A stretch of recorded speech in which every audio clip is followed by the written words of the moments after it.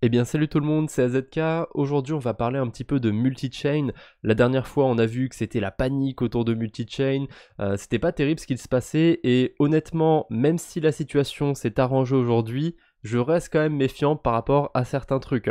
Parce que cette situation ça nous a prouvé qu'à tout moment, si multi-chain était débranché, s'il y avait un souci, il y avait des réelles répercussions sur la DeFi et mine de rien, c'est un projet qui gère énormément de crypto. Je crois qu'il y a plus d'1 milliard de déposés sur multi-chain, donc c'est pas rien.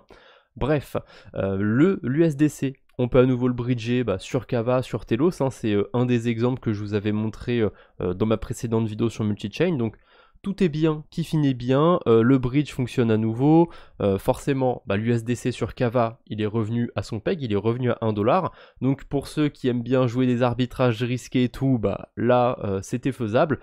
Pour le coup, pour moi c'était trop risqué, j'ai pas tenté cet arbitrage parce que ça me plaisait pas d'avoir un actif comme ça qui prend aussi cher, le fait qu'on a le CEO pendant un moment qui est injoignable, etc. Moi, j'aimais pas trop, donc j'avais pas envie de me risquer spécialement sur cet écosystème, mais vous voyez, ça s'est réparé, donc tant mieux hein, pour ceux qui ont tenté un arbitrage. L'USDC était tombé quand même bas, hein. Il était tombé autour des 50 centimes, alors pendant un très court terme, il a même été dans les 35 centimes, donc il est descendu très bas, mais bon, moi je l'ai pas joué et franchement, je m'en porte très très bien.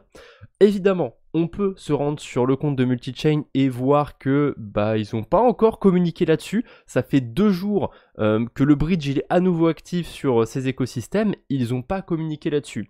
Ils font exactement comme quand ils avaient coupé en fait les ponts sur certaines blockchains. Ils communiquent pas. Et ça, c'est quelque chose que j'avais reproché à Multichain et que même là, dans le positif, je continue de leur reprocher.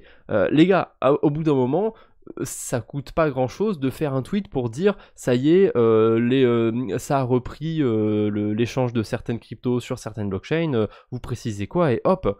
Enfin bref.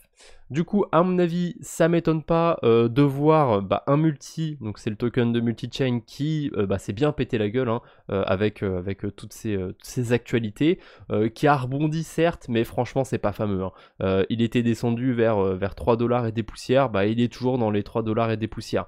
Donc personnellement, là c'est pas forcément un coin sur lequel j'irai m'investir, mais je dois être honnête, hein, multi-chain, même pendant le moment de panique, fonctionnait bien.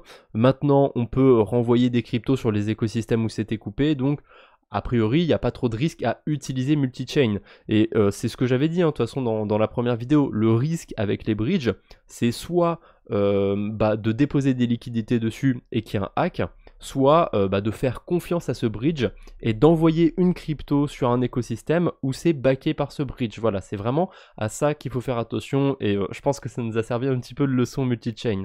Voilà, c'est un petit peu tout ce que j'ai pour aujourd'hui, plutôt des bonnes nouvelles du coup pour multi-chain, mais restez prudents. Je vous embête pas plus, on se retrouve bientôt j'espère, d'ici là portez-vous bien, salut tout le monde.